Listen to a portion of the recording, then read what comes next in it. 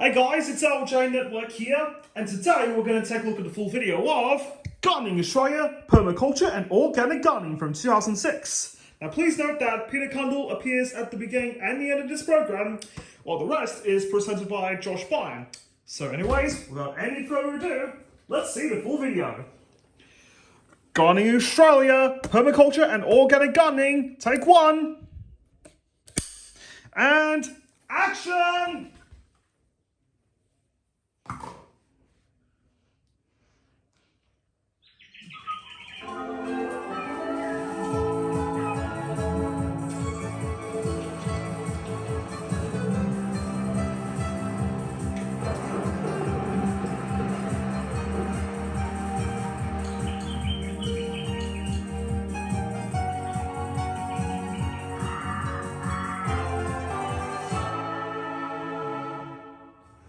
The response to Josh Byrne's organic permaculture garden on Gardening Australia has been absolutely stunning. Look, people have written in from all parts of Australia and they want to know how they too can actually grow their own fruit and vegetables and other plants without the use of poisons or disruptive chemicals. And that's what this DVD is all about. It's a detailed history of Josh's garden, as it was conceived, as it develops and how it works. And as far as we're concerned, it's nothing more than a practical, down-to-earth guide to action.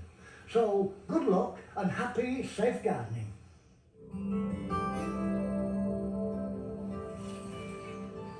Permaculture is a practical approach to the problems facing modern society, based on a philosophy of think global, act local, and is equally as relevant to an inner city courtyard as it is to a broadacre farm.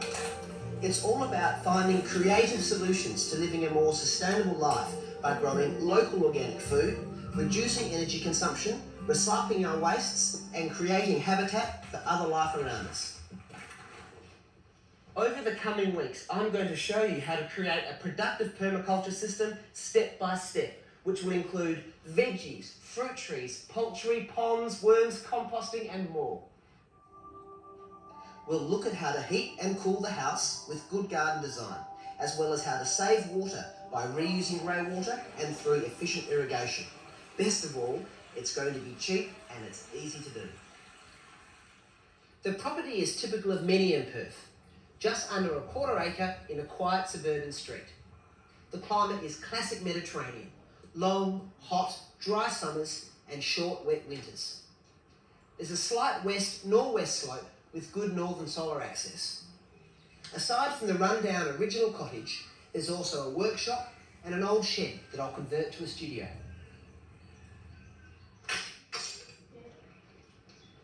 The first step is designing the site, which is the key to permaculture success. We start by observing and noting the summer and winter sun angles, prevailing winds, the degree of slope on the block, as well as any views that we want to keep or screen out. When overlaid on a plan showing existing structures, vegetation and access ways, we create the framework for our design. We want to shade out hot summer sun whilst allowing in warming winter light, and windbreaks are planted to shield strong winds. Slope is used to move water without pumping, and an ugly fence can be screened out.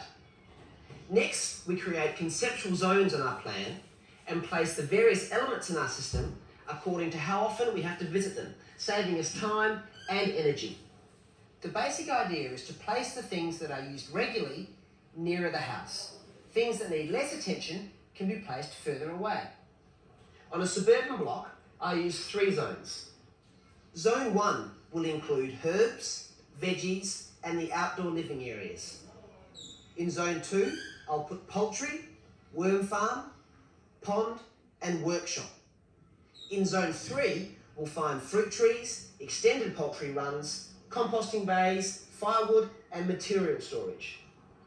Now we consider the permaculture principles of relative location and multiple function to create an efficient and integrated system. Relative location involves grouping elements together to form beneficial relationships, where the needs of one are met by the outputs of another. A classic example is chickens ranging under fruit trees to feed on fallen fruit, weeding and fertilising as they go. Also, every element should perform a number of functions. For example, a poultry pen fence for containing chooks can also act as a trellis for espalier trees, which then screens out an unsightly view. As environmentally conscious gardeners, how we go about preparing and building a permaculture system is just as important as how we maintain it. When it comes to making a start on site work, there's normally a heap of cleaning up to do, particularly on an old block like this. So to help me get through it, I organise regular busy bees with friends and neighbours. It's a great way for skill sharing and for building local communities. It really does help get through the work much quicker. Today, we're under pruning these gum trees, which will allow more light through to a future understory of productive trees and shrubs. Getting in the chipper means that the prunings can be instantly converted to mulch. Anything too large for the chipper can be cut and stacked for firewood. This is how the property looked last winter. Since then, we have removed unwanted plants, lopped trees and slashed weeds, but nothing has left the site. Everything is turned into compost or mulch to build the soil. Likewise, we have pulled apart old fences, pathways and retaining walls and have kept all the materials for future use, minimising waste and saving money. There are no absolutes in permaculture, and every garden is different. But the more time you spend observing, planning and designing, the more likely you are to have success. Permaculture gardens are always evolving as we come up with new ideas and discover new relationships in the garden. So don't be discouraged if you have a few teething problems. So I need to get to work making compost. The next step in this project is to get the kitchen garden started to supply us with fresh veggies and herbs.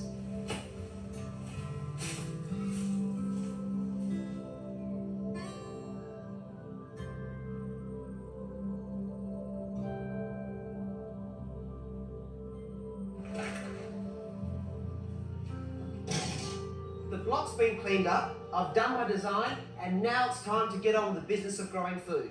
Today, my friends and I are going to set up the veggie garden, and we'll show you how to do it from scratch. The veggie garden's going in the front yard because it gets good sun all year round. It will consist of a main cropping area of 24 square metres, divided into 4 separate 5 square metre vegetable beds for the purpose of crop rotation, with ½ metre access paths between each bed. Picking greens and herbs will be planted in a strip along the main path for easy access. A garden of this size will produce enough fresh veggies for about 4 people.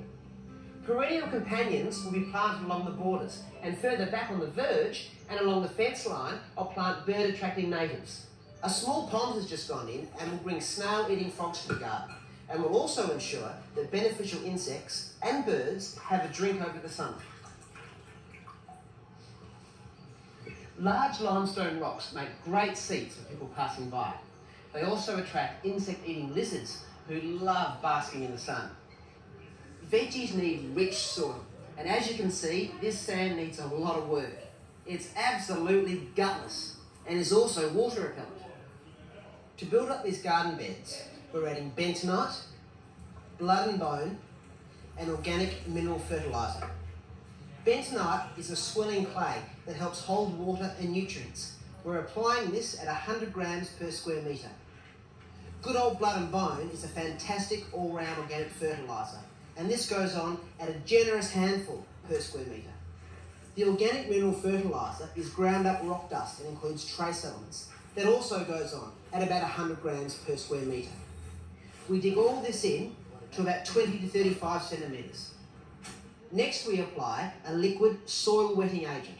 This will help overcome the non-wetting nature of Perth's sandy soils.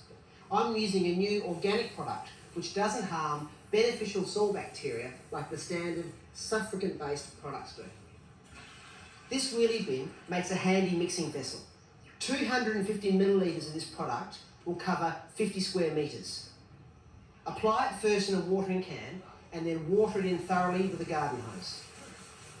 This wetting agent is having an immediate effect. You need to wash it in so it really sort of gets through the top of the soil profile. Quite often it will take several applications and a bit of time to really have its full effect. but already I'm seeing that water's just sort of penetrating off the surface a lot more readily. Now we install the poly pipes, which we will run our drip line irrigation off. This is done after the digging of the soil, so we don't damage the pipes. We continue to build the soil by adding generous layers of sheep manure, lucerne, more blood and bone, and then more sheep manure. Looking good, isn't it? Now, drip irrigation is water efficient and it's easy to install. Also, because it waters at the ground level and not over the foliage like sprinklers do, fungal diseases are reduced. Also, you just don't get as many weeds. You can get advice from your local irrigation retailer on how to size your drip irrigation system and what components you'll need. On sandy soil, drip lines should be spaced at 30 centimetres apart. I like to use a ruler and chalk to make sure the drip lines are installed evenly. Mark the supply line and then punch in the drip line connectors. When using drip line in veggie gardens, I like to cap the end of each line separately, rather than plugging them into a collector line, as is normally done on a grid layout. This makes it easy to move the drip line out of the way when you want to dig up spuds or add compost.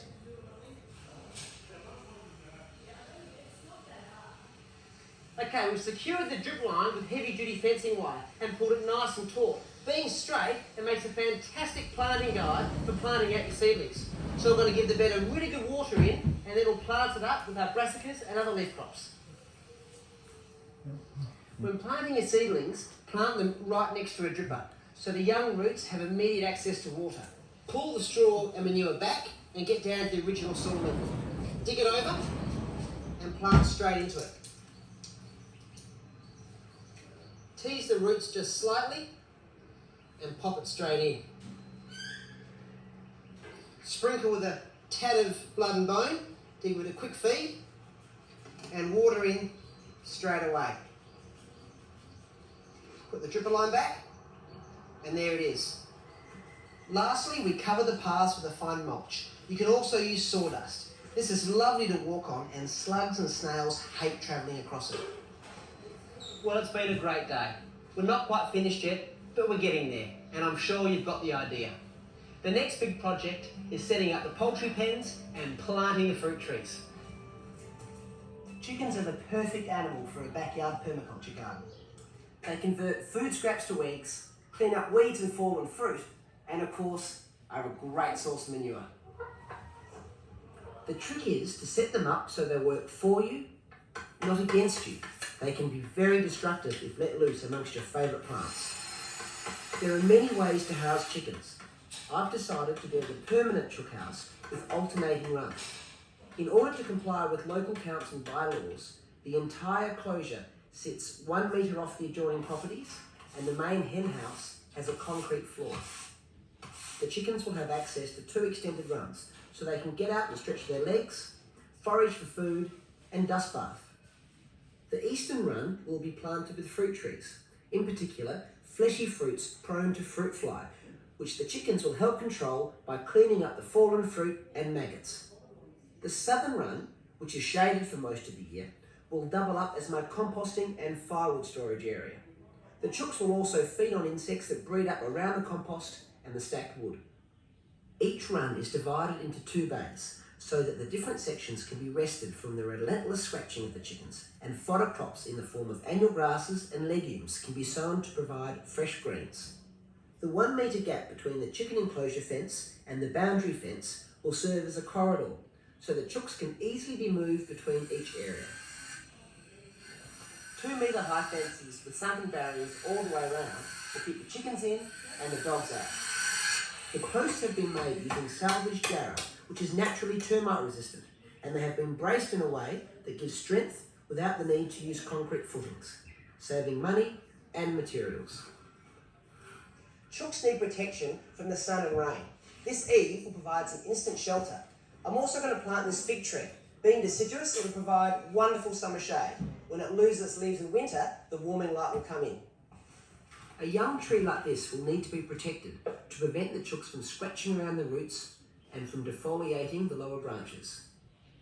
Tires make useful root guards. It's important to cut out the underside of the tire so the roots don't get trapped. A chicken wire barrier will keep the foliage safe, Once the tree is established, the wire can be removed. In the remaining tyres, we're putting in plants that provide other benefits to the chickens.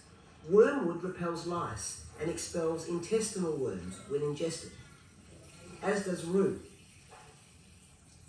Tansy is known to repel fleas. As they grow, they will poke through the wire mesh, and the chooks can brush past and peck at the leaves without destroying them. The concrete floor in the main hen house is covered in 30 centimetres of deep litter for the birds to scratch around in and to soak up droppings. Wood chip mulch is a cheap option. When this batch needs replacing, it'll go straight on the compost heap. Using a deep litter in this way also helps reduce the build-up of parasites. The chooks will also need a perch to roost on at night and cosy nesting boxes for laying eggs. It's time to introduce the chooks to their new home. These guys are Highline Browns. They're quiet, passive, non-flighty birds that are well suited for the suburban backyard. They are fantastic layers, and at 20 weeks of age, they will start to produce eggs as soon as they have settled in. For chickens to lay regularly, they need to be well fed. In addition to kitchen scraps and free-range foraging, I'll also give these guys some grain each day.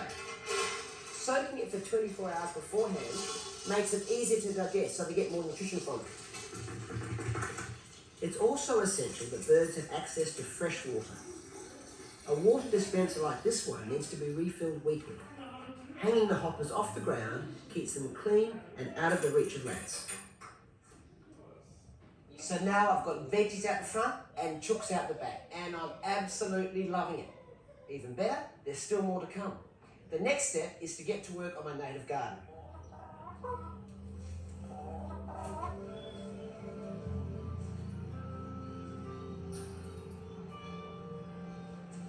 As you can see, the veggies are doing beautifully. There's always a few weeds to contend with at this time of year, but they make fantastic chook food. And with the recent arrival of the winter rains, it's time for the next step in my home permaculture project, the native verge garden. The benefits of planting natives in the garden are well known. They provide valuable urban habitat, they don't require much water or fertiliser, and they help to create a sense of place. Planting up the verge puts the space to use, and it also means that everyone can enjoy it. I'll also plant along the neighbouring fence line.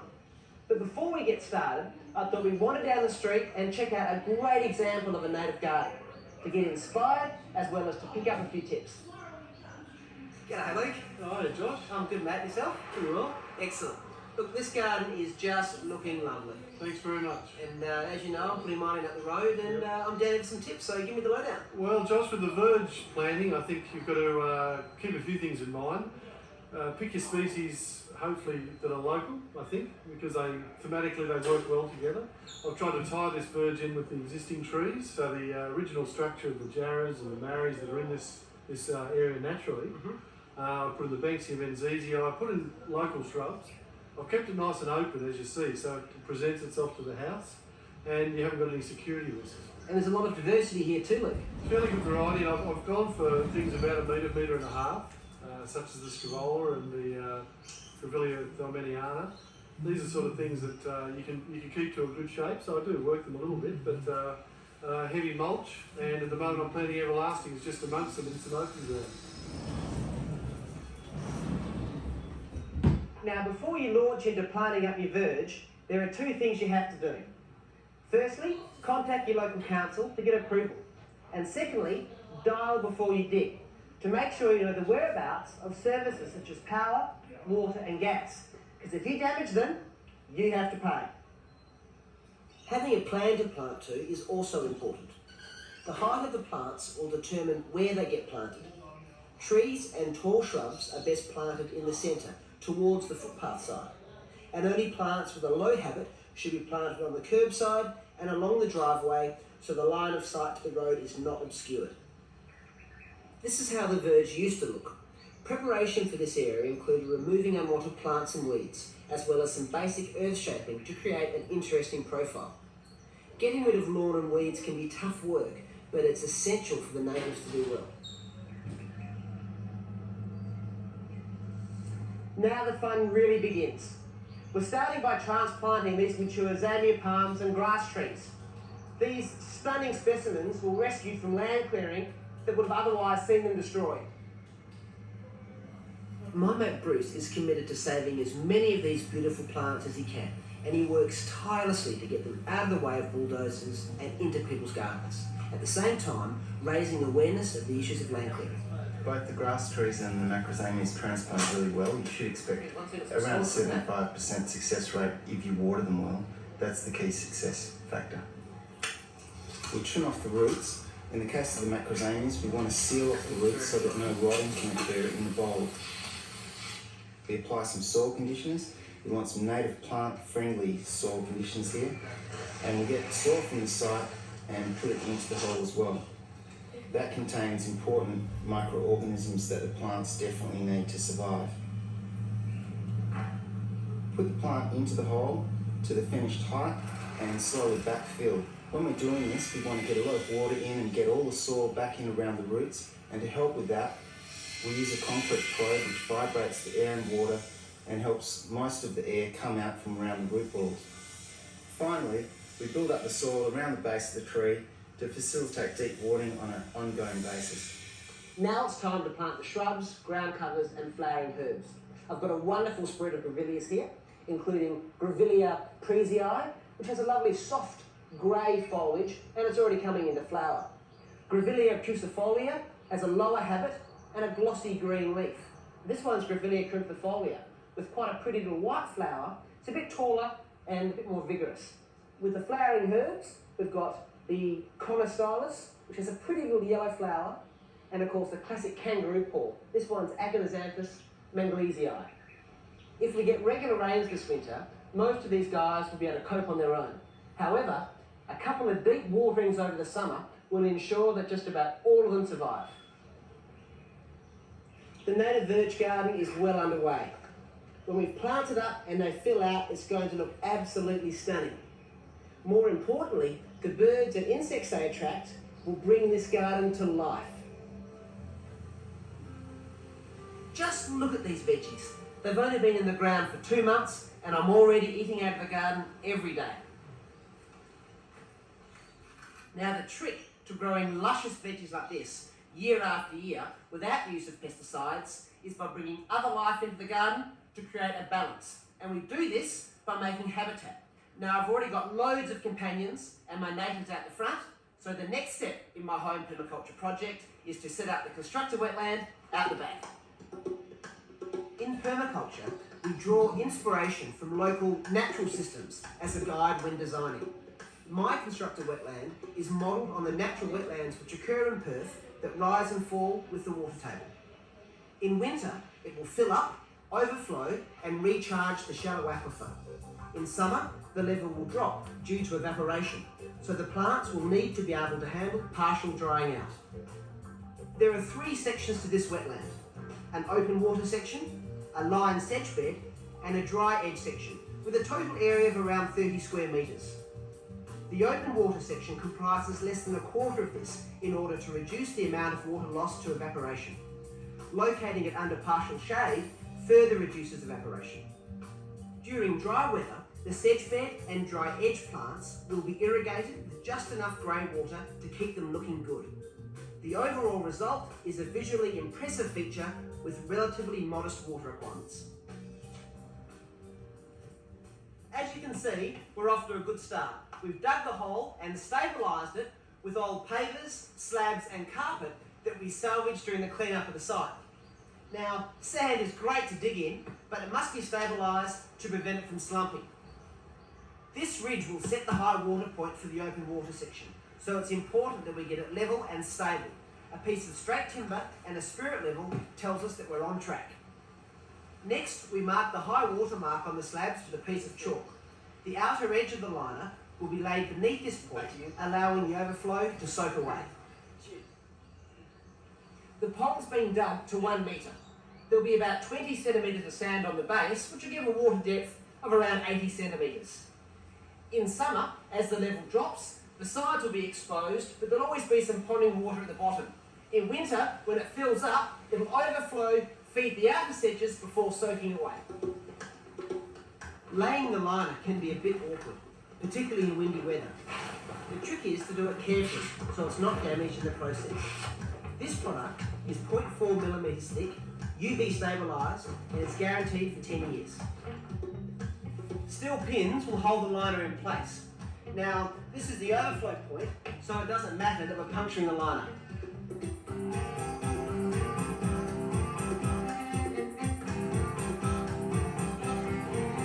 There we go, nice and secure. Next, we cover the liner with jute matting, which helps the sand cling to the liner on steep sides until the plants get established and the roots can hold it in place. We're using the sand from the hole to fill the base of the outer section with clean washed sand on top. We're also using the clean sand for the open water section because this locally sourced material doesn't bring with it the nutrients that can quickly turn still water stagnant. Native wetland plants are available from specialist nurseries, and you can also ask for advice about species local to your area. I'm going to plant Chenoplectus validus in the pond section. This tolerates some inundation, as does Bonea articulata. And around the upper section of the ponded area, I'll plant Juncus kraussei. On the outer section, along the back, I'll plant Juncus pallidus, which is quite tall. Along the front, which is also along the path, I'll plant this one, which is Isolepis sinua. It's a much smaller plant, only grows to 20 or 30 centimetres. And around the outside, in the dry section, I'll plant this one, Isolepis nodosa. Now it looks like a wetland plant, but it really tolerates quite dry conditions. When the pond section fills up and settles in, I'll introduce local pygmy perch, gilgies, freshwater mussels and frogs. Once established, it will be low maintenance and self-sustaining, only requiring an occasional topping up of water during dry weather. Needless to say, if you have small children around, you should always fence a water feature or provide some form of barrier. My local council doesn't require a fence around ponds, but I've made sure that the backyard is securely fenced off. A water feature like this has many other functions in the garden, aside from just providing habitat, such as influencing microclimate, and of course, it just looks beautiful.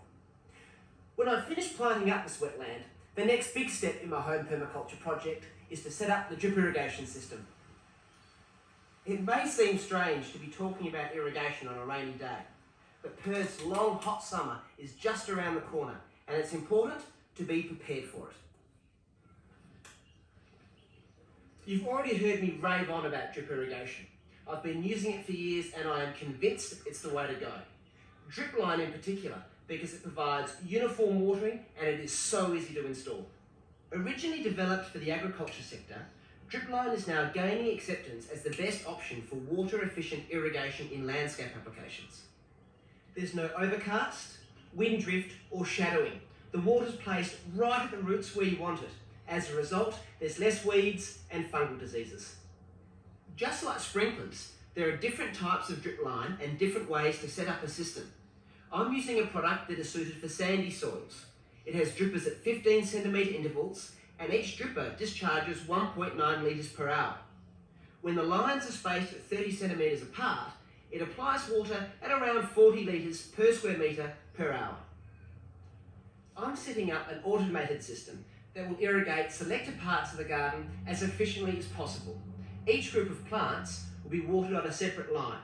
Veggies, shrubs, fruit trees and natives all have very different water needs, so it makes sense to have the flexibility to be able to irrigate them independently of each other. The first step is to conduct a pressure and flow test on my water supply to determine the maximum area that I can irrigate on each line, ensuring that the required flow and pressure is being provided to the drippers. Adjust the gate valve until the pressure dial reads 150 kilopascals. Time how long it takes to fill a 9 litre bucket and record the results. Repeat this process at 200 kPa and 250 kPa. With the time taken to fill the bucket, a soil sample and a basic plan of your garden, your irrigation retailer will be able to recommend a suitable drip line product, the maximum station sizes for each line, as well as the pipe sizes for your supply lines. If you buy your materials from them, they'll normally do this for free. I've done my calculations and I know that one supply line will be adequate for each group of plants because they're relatively small areas. I've also determined the pipe size of the supply lines. I'll use 25mm poly for the long runs and 19mm poly for the short runs. Running the supply lines along fences and the edges of pathways reduces the chance of them being damaged. If you need to cut across an open area that you're likely to be digging in, bury the pipe a little deeper and consider putting it in a protective sleeve. For grouped plantings, run parallel lengths of drip line along the garden beds and connect one end into the polypipe supply line using a punching tool and drip line connectors. Pin the drip line in place using wire pins made from fencing wire or old coat hangers. I like to cut each length of the drip line individually with a piece of 13mm poly, so I can easily move it out of the way when building up the soil, then place it back on the surface afterwards.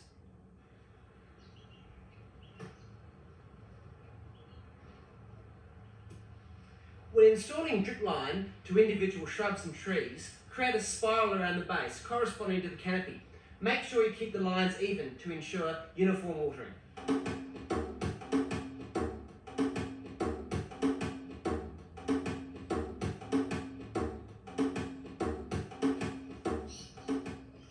This technical Lego looking device is really very simple. I had a plumber cut into the house water main and install a ball valve, which is the manual shut-off to the irrigation system. Next, I've installed a backflow preventer to prevent suck back into the scheme water supply, followed by a master valve, which opens in conjunction with the other line valves. It acts as a backup in case one of these fails. This water meter will help keep track of just how much water I'm using in the garden. Good filtration is essential in drip systems, as is a pressure regulator to ensure that low pressure fittings don't burst. On each line, I've also installed a vacuum breaker, so when the valve shuts off and the water drains away, air is sucked in through here rather than through the drippers, preventing soil being sucked in and causing blockages. A good controller is at the heart of an automatic irrigation system. This one has flexible start times and duration of operation, so that watering can be tailored to each group of plants. It's also in a convenient location, so there's no excuse not to turn it off when the weather changes. Once the system's up and running, the two key maintenance tasks are cleaning the filter at least once a month, more often if using dam or bore water, and flushing the lines at the beginning and the end of the irrigation season. This removes any material that has made it past the filter and settles in the lines. If you're new to irrigation, don't be daunted. Just think of it as big kids' Lego. And don't be shy to ask for advice from your local irrigation retailer. It's their job to help you get it right. Water is in short supply all around the country, and gardeners are the first ones to feel the pinch of water restrictions. Irrigating efficiently, building up the soil with organic matter, and mulching are all proven ways of reducing water use in the garden. But why not take the next step and reuse your grey water? This is household wastewater that hasn't come into contact with the toilet. It includes shower water, laundry, and hand basin water. Typically, kitchen water is excluded because it contains a large amount of food wastes, fats, and oils. Every day, the average Australian household produces around 400 litres of grey water that's suitable for reuse in the garden. So how do we go about it? Each state and territory has slightly different regulations when it comes to wastewater and what you can do with it. So check with your relevant state authority. I'm installing 2 new systems which have recently been approved in WA and are the first of their kind in the country. This unit is designed to divert water from the washing machine to the garden. The beauty of this system is that it doesn't require any major modifications to the plumbing and is suitable for most houses. It's a system that everyone can set up.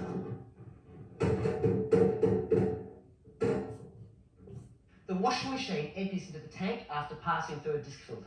When the tank fills up, it discharges and the water is directed to the garden via this pipe. Any overflow from the top will make it through this pipe and goes to sewer. Likewise, in the event of it not completely filling up and discharging, any leftover water will trickle out through this bleed line and also go to sewer. How easy is that? The only maintenance is a weekly flushing of the filter. Now you're probably wondering why the pipes are purple. It's the international standard for wastewater pipes, making it easy to identify and reducing the likelihood of cross-connection with clean water irrigation pipes. I'm using the grey water from the laundry to irrigate the flanks of my constructed wetland to keep it looking lush during the dry weather. The size of the irrigation field is based on the volume of grey water generated and the soil type. We'll stagger our washing days so these plants will get a regular drink. The second system has been designed for new houses, where it's installed under the concrete pad along with the rest of the plumbing.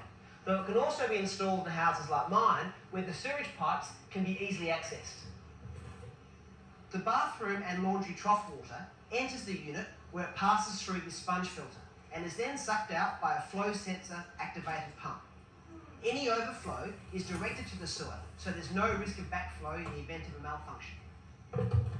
The grey water is then pumped up to a tank just like the washing machine model, and it discharges in the same way after passing through a disc filter. Any work on sewage pipes requires a licensed plumber, and normally the system needs to be checked by a local council health inspector before it's commissioned. So once again, make sure you check with your local authorities before you start work. My mate Damien is a green plumber who specialises in water-wise plumbing. He's part of a new generation of plumbers who are keen to promote this kind of technology. There are also regulations that govern how grey water can be dispersed. When using drip line in WA, it needs to be ½ a metre from any boundary or building, out of reach of animals, and covered with mulch to reduce the chance of contact. Grey water can contain disease-causing organisms, so don't use it to grow ground-dwelling vegetables. It's best to use it on fruit trees and ornamentals. And always wash your hands after contact. It's also important to be aware of the products you put down the drain, because they will end up in your garden. Do away with toxic products and turn to safer alternatives that are now available. Never use bleach, brighteners and softeners, and avoid detergents with phosphorus, sodium and boron. There's a range of different grey water systems on the market. The laundry model costs around $500, and the outdoor system around $1,500 plus installation. Some states also offer a rebate as an incentive. Now that I've set up my watering systems, it's time to get on with growing food. Fresh eggs from the chooks out the back, chives and parsley from the veggie patch out the front. It's a great way to start the day. And I'm going to knock up a quick omelette to feed my mates.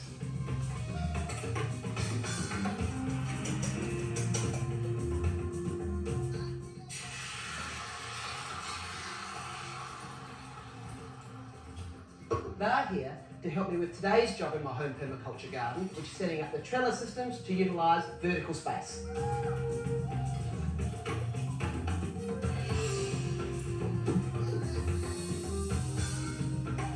Well, let's get stuck into it, guys. Greg, how about you start on the chook pen fence trellis? Mick, you're on the living fence.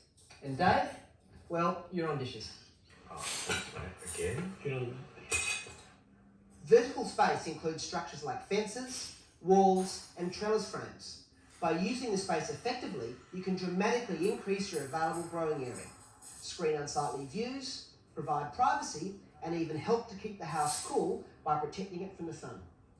This chicken pen fence has been set up not only to keep my chooks in, but also to act as a frame to grow espaliered trees against. It's essential that it's solid so it won't blow over when the trees are established.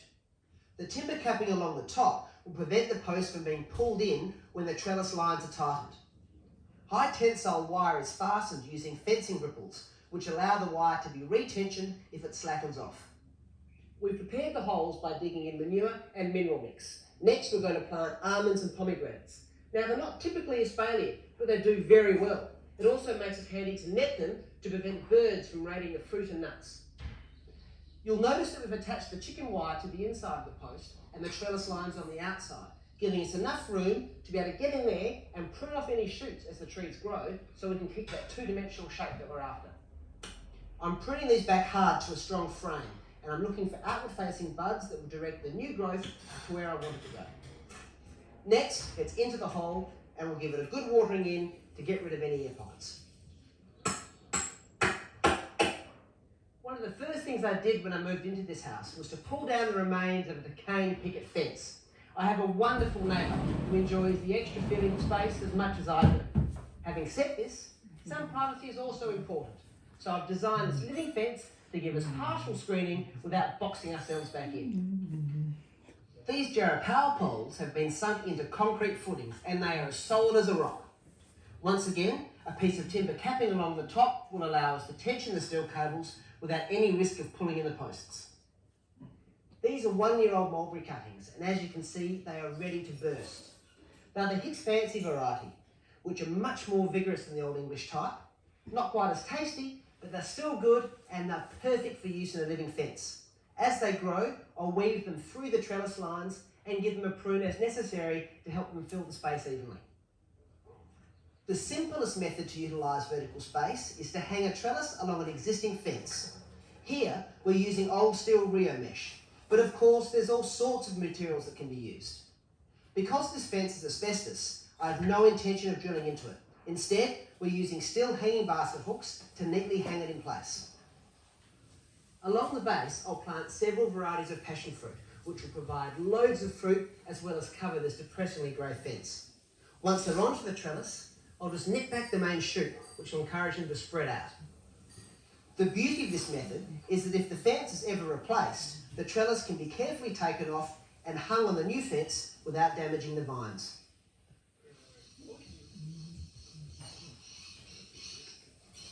Well, the day's work's done, and now it's homebrew time. Keeping your busy bee helpers well fed and watered is the key to bringing them back. Just about everything we do in the house and garden generates some kind of organic waste.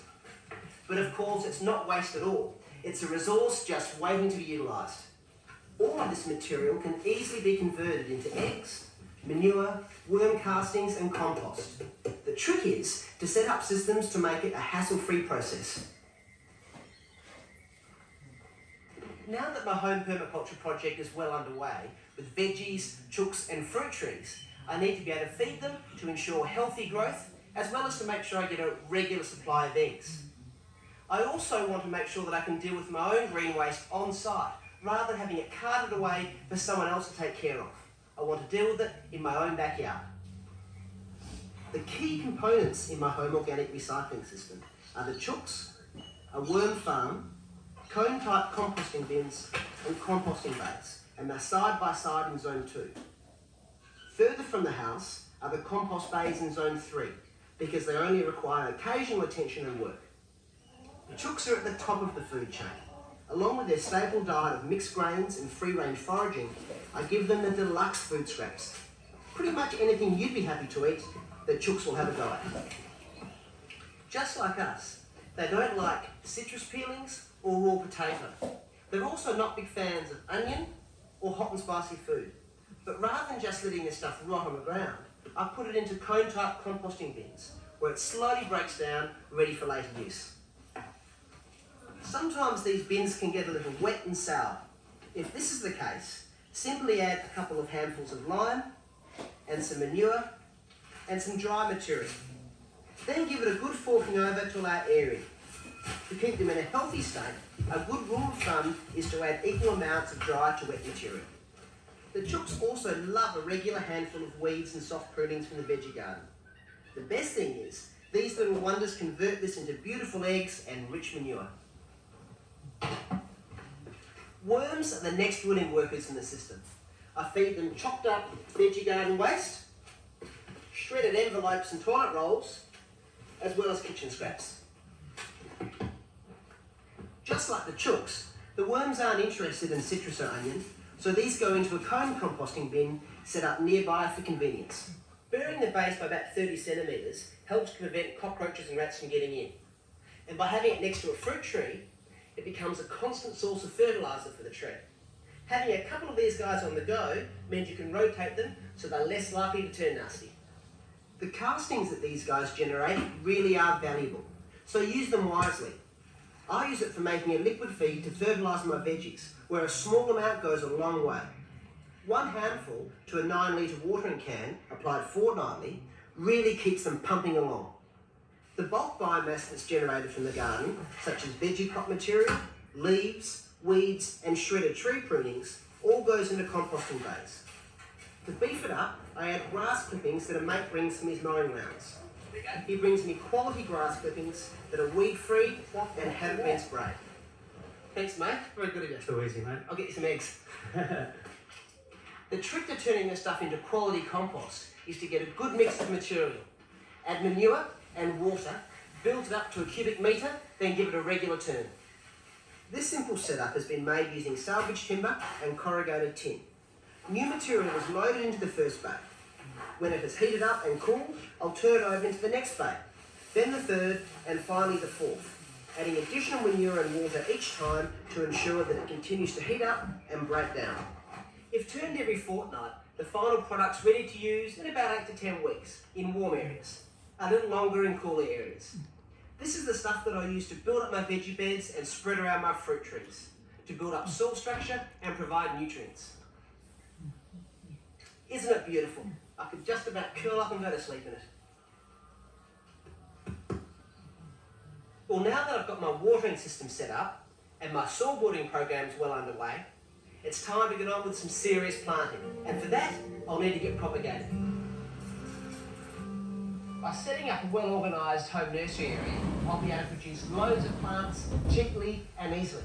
And as always, with a bit of preparation and planning, the whole process will be a pleasure rather than a chore. Nursery plants need regular attention, so I've placed it on the edge of zones 1 and 2, right next to the workshop. It's clearly visible from the back door, so I can see if the plants need watering. It also has good access from the driveway, so I can cart in soil, pots and plant stock. The key features of the setup are an undercover workstation with a potting bench, a trough for washing pots, and storage areas for pots, trays and tools. An old whiteboard comes in handy to jot down notes, and a pin-up board is perfect for pinning up envelopes full of seeds. There's a shade frame for protecting new plants, and a general purpose bench that can be used for hardening off plants after being under shade or for resting portable cold frames on during the cooler months. The benches are positioned in full sun and are made from metal as wood can harbour fungal diseases. The shade frame has a hood of 50% weave shade cloth that can be rolled right back in winter months. And both benches are mounted on casters, so I can easily roll them out of the way if I need to get access through the garage and up the driveway. There's a number of ways to propagate plants, the simplest being from seed, taking cuttings, or by division. So let's start by sowing some veggie seeds. Pots and trays are easy to come across. Most people have a stack in the back shed. These small tubes are perfect for veggie seedlings. Wash them to remove any dirt, then soak them in a bleach solution to sterilise them. I'm using a good quality propagation mix which is suitable for both raising seedlings and for striking cuttings. It holds moisture while still being free draining. Unlike potting mix, it doesn't contain any fertiliser, which means the young plants work harder to develop strong roots. These tomato seeds are easy to handle, so I can place one seed in each pot. With smaller seeds, I sprinkle them on and thin out the stronger seedling in each pot, a week or 2 after germination, to prevent crowding. Once a tray of pots is sown, I immediately write down the plant name, variety and date on a label so I don't lose track of what I've just sown. It's the same process as for capsicums, eggplants and chilies. The really big seeds, like beans, melons and corn, I'll directly sow into the garden. Root crops, like radish and carrots, are also best directly sown into the garden because the transplanting process can damage the root, causing stunted tubers. Once I've done a few trays, it's out to the shade frame for a gentle watering in. Hand watering is the most efficient way to water small benches. Be sure to use a gentle misting nozzle so you don't blast the seeds out of their pots.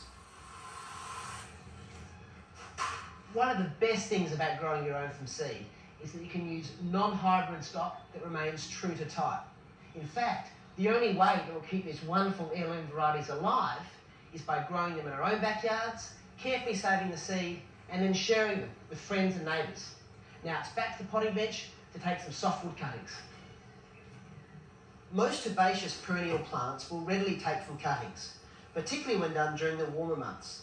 Plants like wormwood, cistus and pelargonium are amongst the easiest.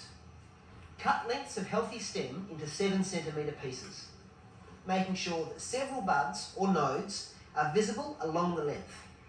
Remove all the leaves from the base and off the top by 2/3. Then stick it into a pot. It's that easy. Keep them under shade until they establish and then harden them off before potting on or planting out. This simply involves gradually exposing them to full sun so they toughen up. In dry weather, placing a plastic cover over the top will increase the humidity and prevent them from drying out. Make sure there's still adequate ventilation to prevent the chance of fungal diseases. Now some plants are a lot fussier, requiring bottom heating and rooting hormone to get them going. Cut your teeth on the easy ones and take it from there. Another simple way to propagate is by division. Most running and clumping plants can be divided. Cannas, coastal swordsedge and lemongrass all fall into this category. Now you can be as delicate or as drastic as you like.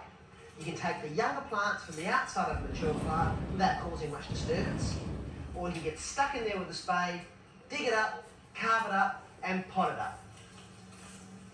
A handy tip is to keep 2 pairs of secateurs.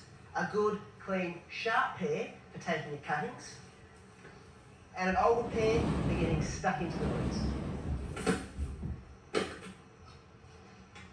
Well, I'm off to roam the neighbourhood in search of plant stock.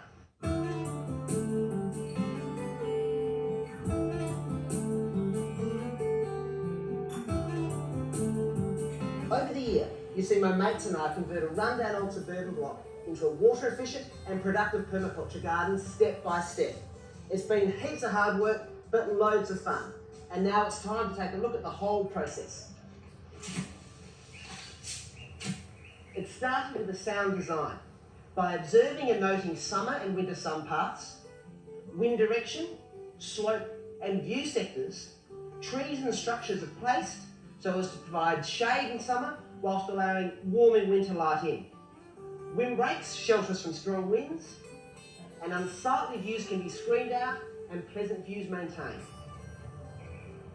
Next, I create conceptual zones and place key elements based on how often I'll visit them, saving time and energy. Herbs, veggies and outdoor living areas are right near the house in Zone 1. The chooks, worm farm, shed and workshop are in Zone 2, and the extended poultry runs, compost bays, firewood and material storage areas are down the back in Zone 3. When it came time to clean up the block, we salvaged the useful material, chipped our prunings into mulch and composted the weeds. The compost has been returned to the soil, winter veggies planted and harvested, and now it's time for summer crops like tomatoes, eggplants, beans and corn. Then came the chooks. They can be rotated between different sections via this corridor and small access gates. So their relentless scratching can be put to efficient use rather than wreaking havoc.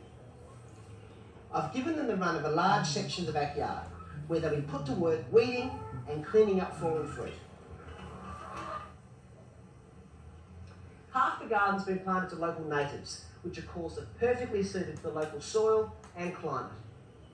They're absolutely beautiful, but perhaps most importantly, they provide valuable urban habitat, attracting beneficial insects and birds, which help keep pests under control.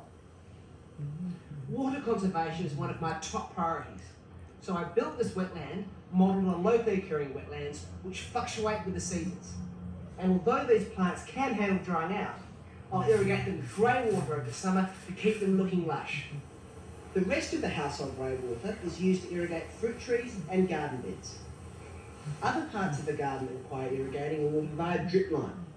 Veggies, shrubs, trees and vines are all on separate stations so their watering needs can be individually catered for. Vertical trellis systems have been set up along fence lines to grow vines and espaliered trees, saving space and eventually helping to screen out drab views. And finally, this home nursery setup is the perfect place to propagate, so I can gradually fill my garden with my favourite plants, the stock collected from friends and mates.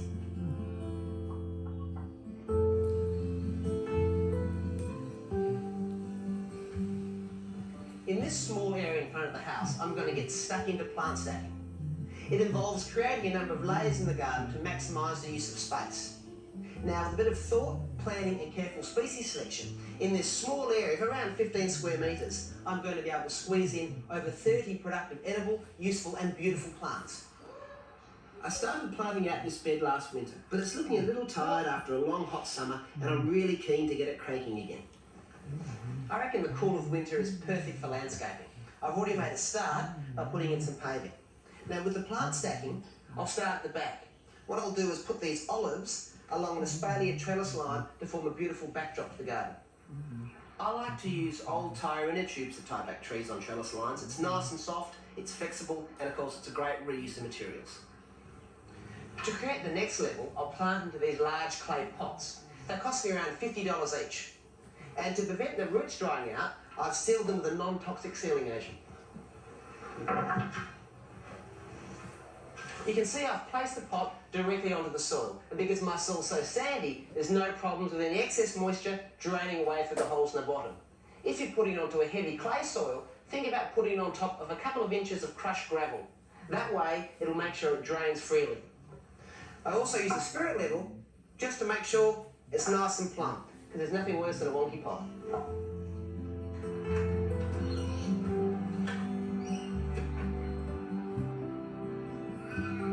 Growing in pots also allows you to cater for plants that like a different type of soil to other plants in the garden, such as these blueberries. I'm planting them in an azalea potting mix because they like a slightly acidic soil, just like azaleas do. In the next pot, I'm planting a dwarf pomegranate, which only grows to about 600 mil. And in this shallow pot, strawberries. It's easy to access, and of course it gets it up and out of the way of bobtails and slaters. Having these fruiting plants in pots really gets them out of the way of neighbouring competing plants. Putting large pots into the garden bed like this also gives it a great feel of instant structure. In between the pots, I've got a bay tree, which I keep pruned right back to a good shrub size. I've also got a series of pelargoniums with different leaf shapes, and it gives great texture. And when the pelargonium leaves rest against a warming clay pot on a hot day, they will release the most wonderful scents. The third layer down in front is all my rambling herbs. Now the area faces north, and it's right along this hard pathway, so it's quite hot and tough. So I've planted a range of Mediterranean herbs that thrive in these tough conditions. I've got marjoram, winter savoury, thyme, prostrate rosemary, all sorts of things. Now when the path went in, some of them got knocked about, so I'll simply replant those. But the tougher ones that have survived are ready for a good haircut. Around the corner is a little pond. I built it last year to bring frogs to the garden. These cannas make a great backdrop, but they can also run rampant. So I've dug in these pieces of corrugated iron to keep the roots contained. Lemongrass will help too, because their thick, matted roots help to restrict the canna's running rhizomes. And right down the bottom, I've got all my mints. There's eau de cologne mint, spearmint, and peppermint.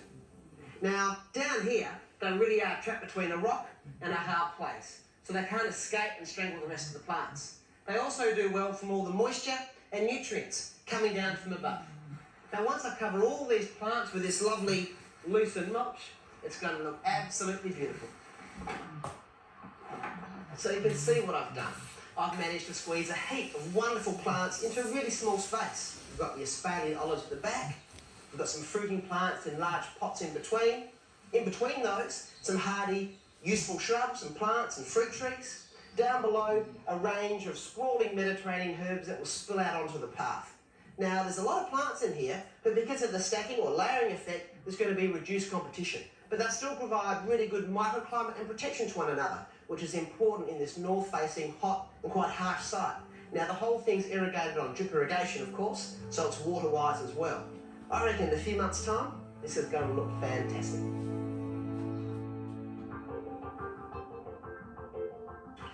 I started planting out my native verge garden last winter, so now, 12 months on, it's time to reassess successes and failures, as well as finish planting it out. Now these grass trees have done beautifully. They've never looked back. The Zamia palms, on the other hand, really struggled. They dropped all their leaves and I thought I'd lost them, but they've come back beautifully. And look at these grevilleas. They are just loving life. And now for the not so good. My mature clumps of native iris and conostylis have carped it. And the reason's quite clear. They've been swamped by velgrass, a particularly nasty and invasive weed that's really common in bushland areas. Now these clumps of plants were transplanted legally from an area of bush that was destined to be cleared, along with the grass trees and Zamia palms. Now the seeds came along with the clumps and they've just swamped these little plants over the summer and starved them of moisture. So the solution is quite simple. Dig them out, compost them, and I'll plant back tube stock from a nursery where there's definitely no weed seeds.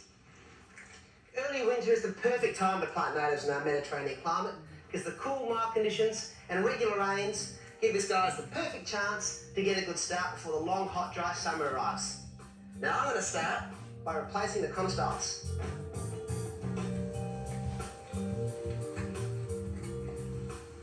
I've specifically chosen low-growing plants so I don't block the view of the road when I'm reversing out of the driveway.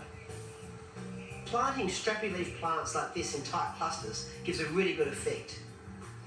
Planting is easy in the sandy soil, and I add some slow-release fertiliser and some rock minerals as I go. Next, it's kangaroo paw. These are Mangle's kangaroo paw, which is actually the WA state floral emblem. They grow to about 600 mil, but put flower spikes up to about 1 metre. They're red and green and just stunning. Now you can see some of the leaves have blackened off. This is called ink spot, and it's a kind of fungal disease. It's quite common in kangaroo paws, particularly when they've had overhead watering, as these would have had in the nursery. But it's no drama. I just snip them off and plant them out. Now, because these are now out in an airy, sunny position, and the only irrigation I'll get is in fact drip irrigation, the chance of this fungal disease coming back or being a problem is really reduced.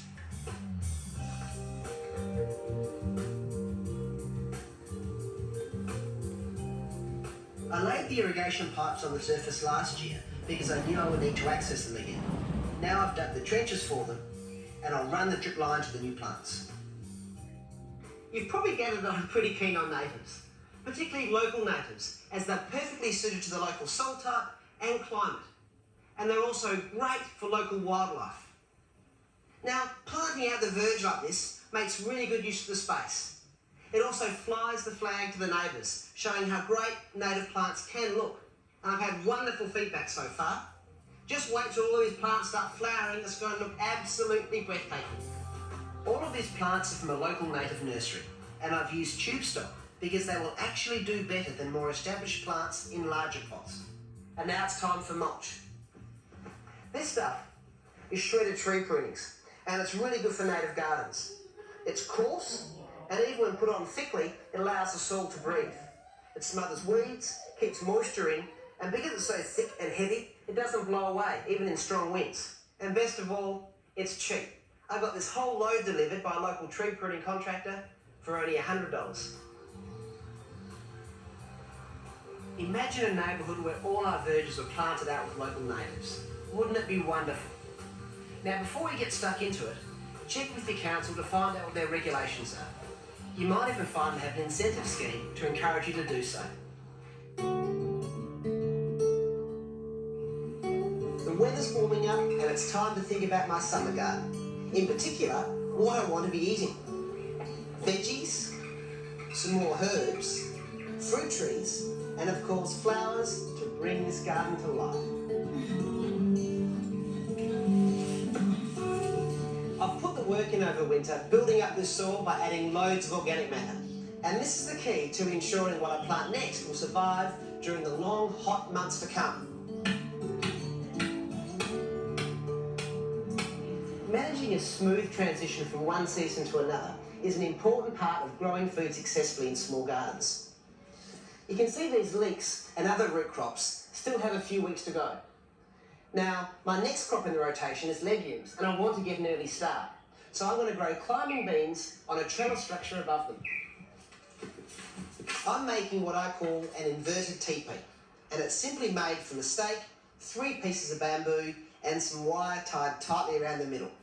The best thing is this is so easy to make, it's cheap, and it can be used again next year. I'm planting my favourite climbing bean, which is the Blue Lake variety. It's great in the heat, it's a really heavy bearer, and these are seeds left over from a bumper crop last year. All it takes is 1 seed at the base of each leg, some water, and it's well and truly away. In this bed, I've cleared out half the celery to make room for tomatoes. I start by driving in a couple of solid stakes. Then I dress the soil with some blood and bone, plant these beautiful little cherry tomato seedlings, some more blood and bone, and then water it in. You'll notice that I cut spent seedlings like these lettuce rather than pulling them out, which disturbs the soil. It also means all the root biomass breaks down in the soil, feeding soil life. Then it's a dressing of blood and bone, pop in the seedlings, a bit of water, and this basil will absolutely go for it. Now the weather's warming up, it's also a great time to plant chilies.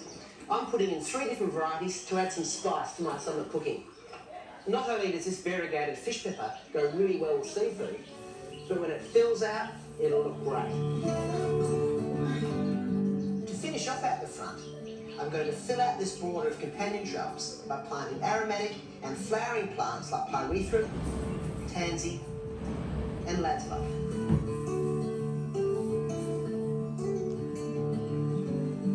Now we go around the back, and these lime trees are going on the outside of the chook run. As they grow, I'll espalier them to save space and provide some screening. Normally in Perth, I like to plant citrus in autumn so they can get a good head start before the following summer arrives. But in this instance, they're going to be irrigated by grey water, so they'll be absolutely fine. After a serious planting session, I like to give the plants a dose of seaweed solution to encourage good root development. The main thing that will keep this garden productive all through summer is the organic matter in the soil. It does take a bit of work, but the results will surprise you.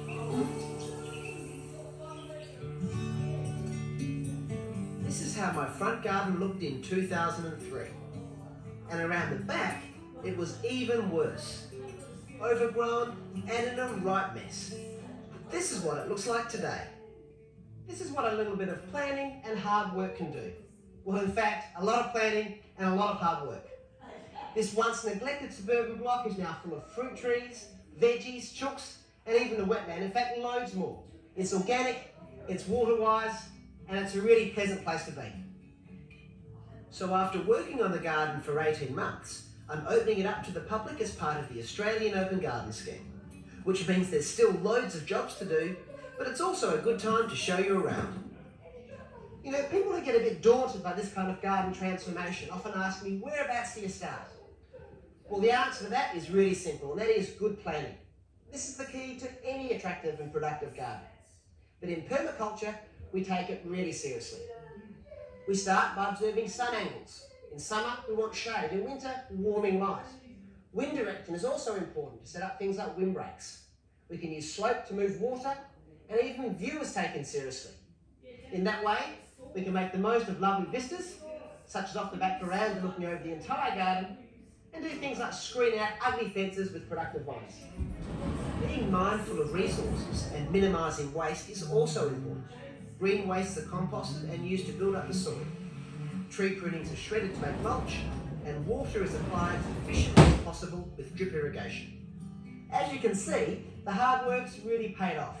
I've been eating corn, beans, celery, spuds, in fact all sorts of things out of this veggie garden. And the second summer crop is well and truly underway. Out the front, on the native verge garden, things are really doing well. Under the transplant of macrosamias and grass trees, My first kangaroo paws have started to flower. A lot's happened out here, but it's all been pretty straightforward. But out the back, things have really changed. This pergola and outdoor kitchen have just gone up, providing the perfect shelter for outdoor living in summer. In fact, most of the year round. If you remember how we made this wetland using old slabs, carpet and polyliner, well, you just wouldn't recognise it now. These features have really come along, and frogs have even made their own way here. We've also put in paving from second-hand, locally sourced red bricks. And behind me, the old garden shed is getting its final touches to make it a very special home garden studio. I've opened up the chook run for my beautiful Australorp hens, and they'll turn in the green manure crop of veg, peas and rye in no time. And the fruit trees are already starting to bear. With so many things to do before opening the garden, mates really do come in handy. In fact, I couldn't manage without them. I must confess I'm a bit of a compulsive gardener, and I've got such a buzz out of bringing this whole garden project together. You know, I really feel that all gardeners should be getting into composting and worm farms, drip irrigation, grey water, and most importantly, going organic. But the great thing about permaculture is how it ties all these things together as efficiently as possible. Going organic is a lot easier than people think. Most pest and disease problems can be avoided simply by establishing a diverse array of plants, keeping them healthy, and creating habitat so that natural predators help keep pests in check. Rainwater harvesting also makes sense. I've set up 3 tanks, one for drinking and cooking, one for flushing the toilet, and even one for the chooks. A gardener always welcomes rain, but maybe on my open day it could have stayed away. It didn't keep people away though. I had a steady stream of visitors all day. It's certainly a good example of what you can do with mulches. I mean, the sand down here is just absolutely nothing. But the whole principle of the permaculture garden is the way to go, I think. I'm just impressed with the way everything is utilised and blending the poultry in with the garden, and I'm just about to have a look at the wastewater disposal thing, which appeals to me enormously. Sensational. And next thing, it's wonderful to have this sort of thing in your backyard. Yeah. I'm quite impressed. Some of the techniques, the fruit trees going up the trellis and stuff is, yes, something to learn. Opening up my garden to visitors today has been extremely satisfying. What makes me so passionate also excites other people. The level of interest in permaculture and organic gardening has been really heartening. But you know what? Today also means something else. In fact, something just a little bit sad. You see, my brother and sister-in-law have bought the house, and I'm handing the garden over to them. But the good news is, keeping it in the family means that I can see this wonderful garden grow and develop. It also means this beautiful little boy is going to grow up knowing how fruit and veggies grow and how real eggs should taste. The other good news is, I'm off to a new garden project just around the corner. It's a much smaller garden with its own unique challenges. You know, I just can't wait. This isn't the end of the story. For most of us, it's the beginning of a new and healthy life, growing the very best and the safest of all foods. It's as simple as that.